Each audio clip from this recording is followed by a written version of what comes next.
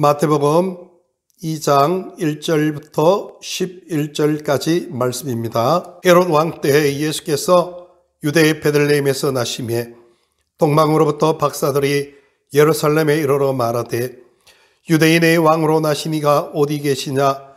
우리가 동방에서 그의 별을 보고 그에게 경배하러 왔노라 하니 헤롯 왕과 온 예루살렘이 듣고 소동한지라. 그들이 별을 보고 매우 크게 기뻐하고 기뻐하더라. 집에 들어가 아기와 그의 어머니 마리아가 함께 있는 것을 보고 엎드려 아기께 경배하고 보배압을 열어 황금과 유황과 몰약을 예물로 드리니라. 2000년 전에 중동의 한 작은 나라에서 가장 우주적인 역사적인 사건이 발생했습니다. 그 지역에 있던 한 기자가 그것을 취재하여서 온 인류에게 뉴스로 전해줍니다. 그 사건의 내용이 무엇인가 살펴보니까 정말 놀랄 만한 그런 일이었습니다. 예루살렘 근처에 있는, 물론 예루살렘과 베들레헴은 8km 정도밖에 떨어져 있지 않기 때문에 베들레헴 근처에 있다고 할 수도 있습니다. 밤에 목자들이 자기 양떼를 지키고 있었습니다. 그런데 갑자기 하늘에서 밝은 빛이 확 비쳐 오면서 그냥 영광스러운 그런 분위기로 뭔가 포근하고 따뜻하고 행복한, 두려움이 아니고 행복한 그러한 분위기가 확 밀려오면서 이 목동들이 양을 지키고 있는 그곳을 확 비추고 있었습니다. 뭔가 싶어서 깜짝 놀란 이 목동들이 두리번 하고 바라보니까 하늘에서 천사들이 내려왔습니다. 그리고 아주 근위 있는 그런 목소리로 오늘날 너희를 위하여서 다윗의 동네에서 구세주가 태어나셨다. 너희들은 가서 그 구세주를 보라. 이렇게 목동들에게 소식을 전해주었습니다. 수많은 천군 천사들이 하나님을 찬양하고 아름다운 그런 멜로디로서 그렇게 그 밤을 확 술을 놓았습니다. 그 소식을 듣자마자 깜짝 놀란 이 목동들이 천사가 지시한 대로 베들레헴을 향해서 막 달려내려갔습니다. 그리고 마침내 천사가 지시하는 그곳에 도착하여서 들어갔습니다. 거기에는 한 아기가 강보에 쌓여서 구유에 뉘어 있었습니다. 그리고 그 옆에는 그의 어머니가 있었고 그의 아버지가 또한 있었습니다. 목동들이 천사들이 얘기해 준 그 내용을 그곳에 있는 사람들에게 얘기를 쭉 일러줬습니다. 8일 정도의 시간이 지났습니다. 태어난 아기를 위하여서 하나님께 제사를 드리기 위해서 예루살렘 성전으로 마리아와 요셉과 아기 예수님은 올라갔습니다. 마침 성전에 다다를 때 나이가 많은, 그리고 머리가 희끗희끗한 굉장히 인자스럽게 생긴 한 사람이 뛰어나왔습니다. 그러면서 아기 예수님을 보면서 너무나 기뻐가지고요, 어쩔 줄을 몰라 하면서 주제여, 이제는 종을 평안히 놓아 주시나이다. 주님께서 약속하셨던 온 세상의 구세주를 이제는 내가 보았습니다. 그러면서 이제는 나는 평안한 마음으로 세상을 떠나도 괜찮습니다. 그런 마음으로 아기를 안고 그곳을 그의 가족들을 축복했습니다. 사람들에게 얘기를 하는 거죠. 이 아기가 바로 온 인류를 구원할 구세주입니다. 그렇게 얘기를 하고 있는데 조금 있으니까 또 한 나이 많은 어떤 할머니가 걸어 나오시면서 이 아기를 보고 너무너무 좋아가지고 어쩔 줄 모르면서 좋아하면서 기뻐가지고 이 아기에 대해서, 이 아기는 온 인류를 구원할 하나님께서 구약 때부터 약속하셨던, 우리 믿음의 조상들로부터 약속하셨던 바로 그 구세주, 바로 그 메시아입니다. 이러면서 사람들에게 증거를 했습니다. 그 할머니의 이름은 안나라는 할머니였습니다. 성전에서 금식하고 기도하면서 성령 하나님의 인담을 받으면서 메시아를 기다렸는데 드디어 아기 예수님을, 그 메시아를 만난 것이죠. 그런 일이 있고 난 후에 마리아와 요셉은 아기 예수님을 데리고 다시 베들레헴으로 돌아왔습니다. 그때 이 예루살렘에는 큰 소동이 있었어요. 소문이 그냥 파다하고 난리가 났는데 그 소문은 다른 것이 아니고 동방에서 낙타를 타고 3명의 박사들이 예루살렘에 찾아와서 유대인의 왕으로 난 아기가 어디 있느냐 사람들에게 물었습니다. 이 소문이 헤롯 왕에게까지 들렸어요. 헤롯 왕이 깜짝 놀라는 거죠. 원래 이 헤롯 왕은 자기 왕위가 위태로울까 봐 그 지역에서 유대인의 왕으로 태어났다, 어떤 한 아기가 태어났다 이러니까요, 마음이 그냥 덜컥 끄고 그 마음속에 심술이 거득하죠. 이 아기를 죽여야 되겠다, 그런 마음을 갖고 종교 지도자들에게 물어봤습니다. 어디에서 메시아가 태어나느냐 그렇게 물어보니까 그 사람들이 베들레헴에서 태어납니다 이렇게 알려졌어요. 그 동방박사를 불렀습니다. 그리고 난 뒤에 가서 먼저 잘 만나보고 그리고 어디에 있는지를 다시 내게 와서 잘 알려주라 이렇게 얘기를 했습니다. 그래서 이 동방박사들이 베들레헴으로 그 별이 움직이는 그것을 따라서 계속 쭉 따라갔어요. 어느 한 집에 별이 딱 멈추자 그 집에 들어가니까 아기 예수님과 마리아와 그의 아버지 요셉이 있었어요.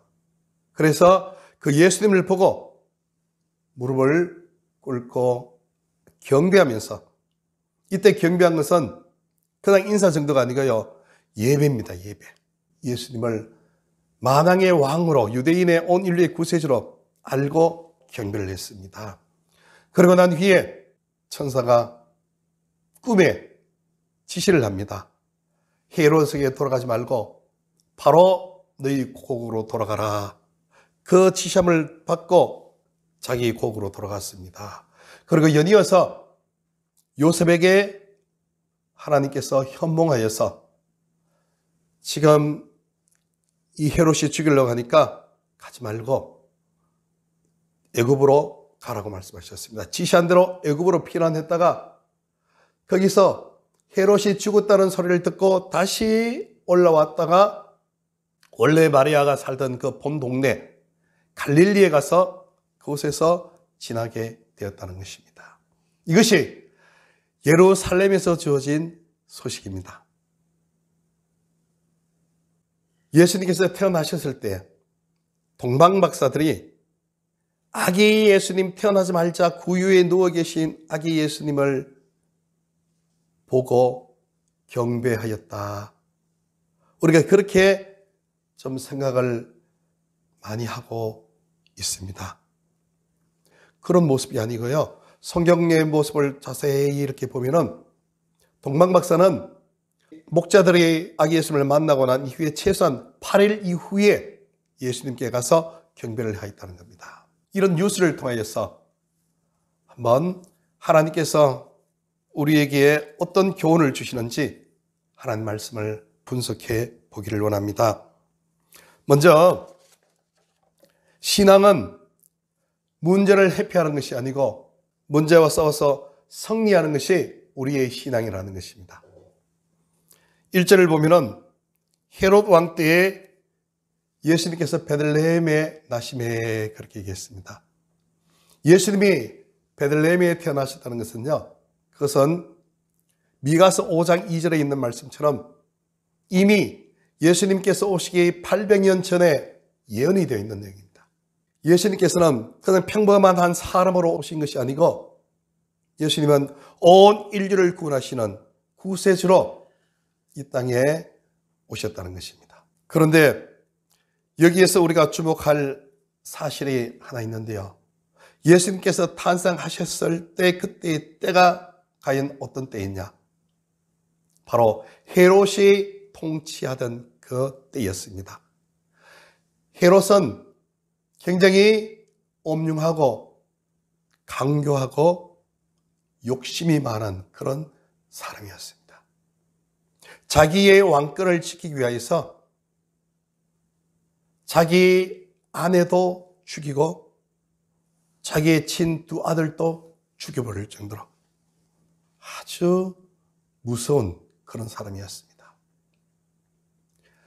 그런 난폭한 그 시대, 그리고 그때가 로마의 시민 통치를 받고 있는 그런 시대였습니다. 그때 예수님께서 아주 평화롭고 행복한 그런 시대에 오신 것이 아니고 암울하고 힘들고 고난이 넘치는, 마치 이스라엘 백성들이 애굽 땅에서 고통과 고난 속에 있었을 가장 힘든 그때처럼 그때 예수님께서 그 땅에 오셨다는 것입니다. 그리고 예수님께서는 그 시대의 상황 속에 좌절하시고 낙심하지 아니하시고요, 굳건히 본인에게 주어진 사명을 다 잘 감당하시고 그것을 다 성취하시고 이겼습니다. 승리하셨습니다. 최후의 십자가를 지시고 모든 사명을 다 완수하신 후에 부활 성천하셔서 완전히 죽음의 권세까지도 다 멸하시고 승리하신 그 자리에 서셨다는 것입니다. 우리가 이 땅에 살아가는 삶의 현장은요, 에덴 동산과 같은 그런 곳은 아니라는 겁니다. 우리가 살아가는 이 땅의 삶의 현장은 예수님께서 태어나셨을 때의 그때의 모습처럼 녹록지 않는 그런 환경 속에 누구든지 이 세상을 살아가게 됩니다. 요한계시록 12장에 보면 용이 어린 아기가 태어나려고 하는 그때 기다리고 있습니다. 잡아먹으려고. 그러니까 그 용은 바로 사탄이죠. 사탄이 어린 아기 예수님을 집어삼키면은 인류 구원의 역사가 없어버리잖아요. 그런 상황이 끊임없이 우리의 삶의 현장 속에서도 지속되고 있다는 것입니다. 이러한 상황 속에서 우리는 좌절하고 낙심해서는 안 됩니다. 우리가 살아가는 삶의 현장이 굉장히 힘들고 어려운 고난의 현장이라고 그렇게 생각될지라도 낙심하고 좌절을 해서는 결코 안 되고요. 어려운 문제에 부딪혔을 때 도피하고 주저앉고 낙심하는 것이 아니라 정면으로 싸워 나가야 된다는 것입니다. 하나님께 도피할 길을 열어주세요, 그것이 아니고요, 싸워서 이길 수 있는 힘을 주세요, 이것이 신앙인의 자세라는 겁니다. 오직 나의 의인은 믿음으로 말미암아 살리라. 또한 뒤로 물러가면 내 마음이 저를 기뻐하지 아니하리라 하셨느니라. 히브리서 10장에 말씀하고 있습니다. 영적 전쟁에서 승리의 길을 걸어가야 됩니다. 힘든 이 인생길을 걸어가는 여기에서 우리는 승리의 길을 걸어가야 됩니다. 좌절하고 낙심하고 뒤로 물러서서는 안 된다는 것입니다. 두 번째는 우리가 예수님을 만난 것에 대해서 기뻐하고 즐거워하고 행복해야 된다는 것입니다. 오늘 본문 10절에 보시면은 동방 박사들이 별을 보고 가장 기뻐하였더라 이렇게 얘기를 했습니다. 우리가 예수님을 만난 그 사실은요, 이 세상에서 최고의 기쁨입니다. 예수님이 생명의 원천이지 않습니까? 예수님이 구원이죠. 예수님이 복의 근원이고 예수님이 임마누엘입니다. 그러한 복의 근원이신 예수님을 만나는 그 만남은 최고의 기쁨과 행복을 주시고 그것을 받을 수밖에 없는 그런 존재들이라는 것입니다. 그렇다면 우리의 삶 속에서 진정으로 예수님을 만난 그런 마음의 기쁨이 충만해 있습니까? 정말 예수님으로 인하여서 어떤 상황에 처한달지라도 마음이 기쁘고 즐겁습니까? 예수님으로 인하여서 주신 충만한 그 기쁨이 없다 이러시면은 우리가 정말 예수님을 만났는지 다시 한번 돌아봐야 된다는 겁니다. 정말 예수님을 만나면, 정말 예수님이 내 심령 속에, 내 마음 속에, 내 영혼 속에 머물러 계신다면 예수님 자신의 기쁨이기 때문에 나는 기뻐할 수밖에 없다는 겁니다.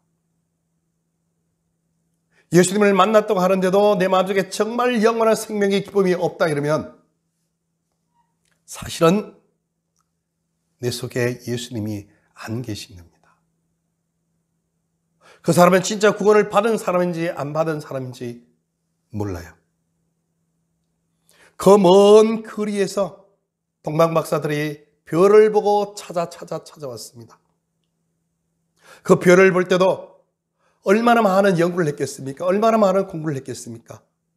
천체를 관측하는 그런 일에 종사하는 사람들이 연구를 해서 마침 어떤 별이 나타났습니다.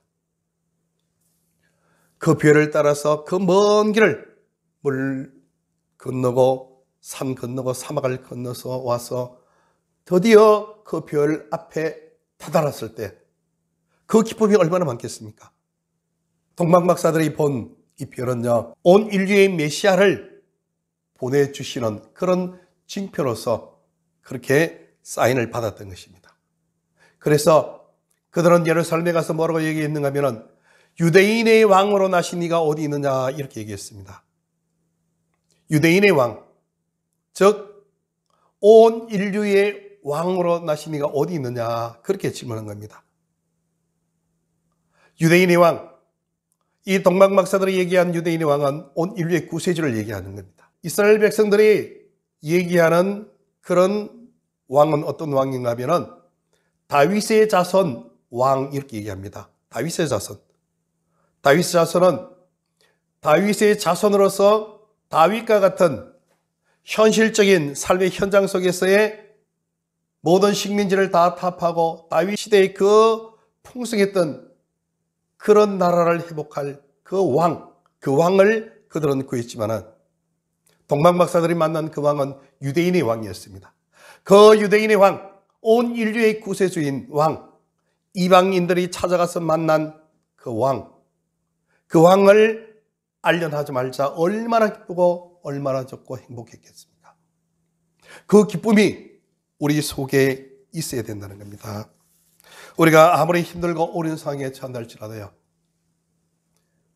너희가 믿음으로 말미암아 그리스도 예수 안에서 하나님의 아들이 되었으니 그러므로 그리스도와 합하기 위하여 세례를 받은 자는 그리스도로 옷 입었느니라. 갈라디아서에 이렇게 말씀하고 있습니다. 너희가 아들인 거로 하나님이 그 아들의 영을 우리 마음 가운데 보내사 아빠, 아버지라 부르게 하셨느니라. 그렇게 말씀하셨습니다.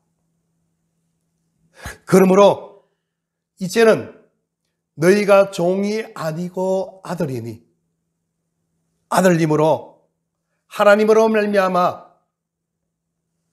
유업을 받을 자니라. 우리가 그런 존재입니다. 기쁘지 않아요? 기쁜 겁니다. 이 세상의 모든 것을 다 잃어버린다 할지라도요, 우리가 하나님의 자녀라는 것, 내가 하나님의 아들이라는 것, 이것으로 인하여서 이 세상을 이길 수가 있습니다.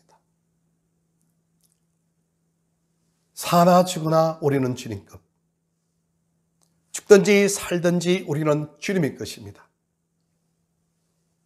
그러므로 이 대강절 보내는 우리의 삶의 현장 속에서 우리는 혹시 예수님이 내 속에 계시지 않을까? 예수님을 인하여서 내 마음속에 기쁨이 없지 않을까? 확인하는 시간을 가져야 되는 겁니다. 진정으로 예수님 만난 사람, 진정으로 예수님이 그 영원성에 신빙성이 있는 사람은요, 기뻐요. 예수님이 안 계시면 기쁨이 없어집니다. 따뜻한 난로를 내 손에 쥐고 있으면 손이 따뜻하지만 난로가 없으면요, 추워요. 바깥 온도는 영하 10도, 20도. 추워요. 이 세상은 10도, 20도 되는 고난의 현장이죠. 따뜻한 예수님을 내 마음속에 모시고 있을 때 이 세상을, 이 고난을 이길 수 있는 그런 힘이 우리에게 있다는 것입니다. 마지막 세 번째는 믿음이라는 현실이 아니고 이 현실 그 너머를 바라보는 것이 바로 우리의 믿음이고 우리의 신앙이라는 겁니다. 오늘 이 성탄기사는 우리에게 그것을 교훈하고 있습니다. 11절을 보면요, 동방박사들이 집에 들어가 아기와 모친 마리아를 보고 엎드려 경배하였다, 이렇게 얘기를 했습니다. 그 집에 들어갔습니다. 집에. 메시아의 소식을 알려주는 별을 보고 계속해서 따라왔습니다. 얼마나 마음속에 환상이 있겠습니까? 야, 온 인류를 구원하실 특별한 인물이 이 땅에 태어나셨는데 그분을 보여줄 그런 별이 계속해서 움직이는데, 우리를 인도해서 움직이는데 뭔가 마음속에 신령한 어떤 기운을 느끼지 않습니까? 하늘의 어떤 별 전체가 우리를 계속해서 이끌고 인도해 가고 있어요. 그것을 계속 따라갑니다. 엄청난 기대감이 있습니다. 얼마나 큰 기대감이 있겠습니까? 이야, 이 구세주, 이 메시아, 이 특별한 인물은 대단한 존재일 거야.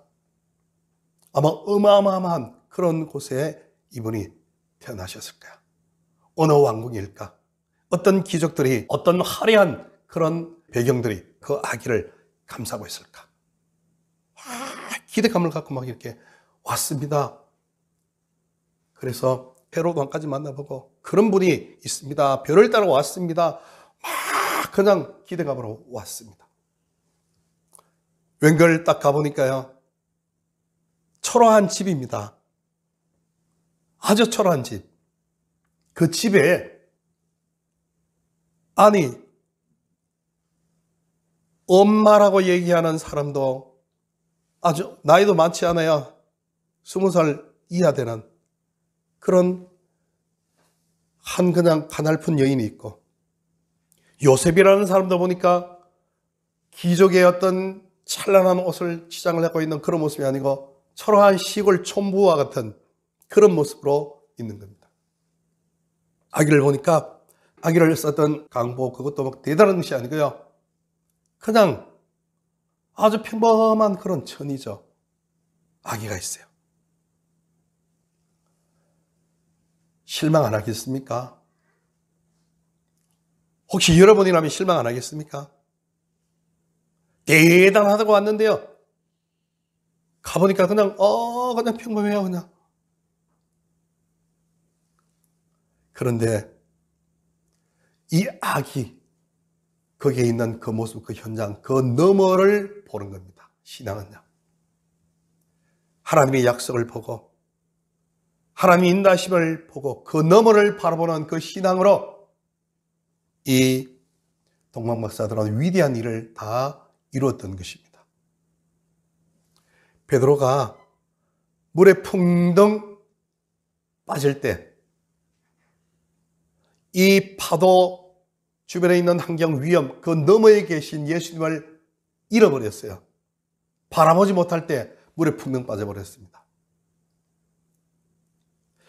우리가 살아가는 이 시대의 우리의 상황, 이 모든 것은요, 굉장히 참 힘들고 어려운 그런 상황입니다. 끝이 없는 도대체 이 난국을 어떻게 견뎌낼까? 마음속에 좌절하고 낙심하는 사람들이요, 굉장히 많습니다.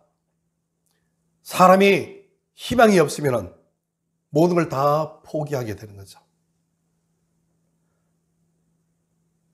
희망이 없고 꿈을 다 산산조각 나버리고 그렇게 잃어버리면 사람은 마지막에 자포자기해서 마지막에 가장 먼저 떠오르는 생각들이 나는 이 생을 벗어나야 되겠다. 이런 마음을 갖게 됩니다. 포기해야 되겠다. 이런 마음을 갖게 되는 겁니다. 결코 우리 신앙은 그 자리에 머물러서는 안 된다는 것이죠. 이 현실 너머에 있는 하나님을 바라봐야 된다는 것입니다. 눈앞에 있는 것에 거기에 매몰되면 안 되고요. 영의 눈으로, 믿음의 눈으로 하나님을 바라보는 그런 우리의 신앙인들이 되어야 될 줄로 믿습니다. 그래야 위대한 큰 일을 잘 감당하고 돌아갔던 동방 박사들처럼 우리 역시 하나님 앞에서 어떤 나의 삶 속에 어렵고 힘들고 난간이 있다 할지라도 좌절하기는 쉽습니다. 낙심하기도 쉬워요. 그러나 결코 좌절하고 낙심하지 말고 하나님을 굳건히 부여잡고 믿음으로 달려나가기를 원합니다. 그때 하나님을 만나게 되는 겁니다. 인생을 살 때 많은 사람들이 공통적으로 고백하는 것 중에 하나가 힘들고 어렵고 고난의 길을 걸어갈 때 그때가 힘들었지만은 하나님을 가장 가까이 만났고 나의 영생이 가장 순수하였고 가장 맑았습니다. 그런 고백을 하게 되는 것이죠. 힘들고 어려운 그 고난, 그런 상황은 사실은 내게 주신 하나님의 축복입니다. 하나님을 깊이 만날 수 있는 그런 환경으로 나를 밀어 넣어 주신 겁니다. 그때 더 하나님을 의지하고 하나님을 원망하지 않고 하나님을 붙잡고 있는 이 믿음의 신앙의 신뢰의 끈을 놓지 않고 하나님 끝까지 하나님을 붙잡고 나가겠으면 하는 그 믿음을 가지고 나가는 사람, 하나님이 만나주시고 그때 하나님을 깊이 만남으로 말미암아 하나님을 체험하게 되는 것이죠. 학생이 공부할 때는 비록 힘들어요. 너무 고통스럽고 힘들어요. 잠도 못 자고 그냥 어떨 때는 열심히 공부하는 학생들 중에서는 잠이 오니까 연필을 가지고 마음이 좀 강한 어떤 학생은 자기의 손바닥을 막 푹 찔러요. 그럴 정도로 괴로운 그런 시간을 지나고 난 후에 이 학생은 뭔가 어떤 한 사회 인물이 되지 않습니까? 세상적인 삶도 그런데 하물며 신앙적인 그런 모습은 얼마나 그렇겠습니까? 하나님을 깊이 만나는 그런 만남의 장소는 바로 고난의 현장이라는 겁니다. 어느 정도 잘 살고 몸이 편안하고 어느 정도 좋은 그런 시간이 되면요, 하나님을 잊어버립니다. 그것이 인생이 걸어가는 반복적인 그런 하나의 길입니다. 오늘 이 말씀을 통하여서 참된 신앙의 시금석, 진정한 신앙의 시금석은 눈에 보이는 현실이 아니고 그 너머에 계신 하나님을 보고 끝까지 하나님을 부여잡고 믿음으로 달려나가는 그 길이라는 사실을 꼭 기억하시면서 연말까지도 승리하시고 믿음의 길을, 진리의 길을 달려나가는 우리 모두가 되시기를 예수님 이름으로 축원합니다.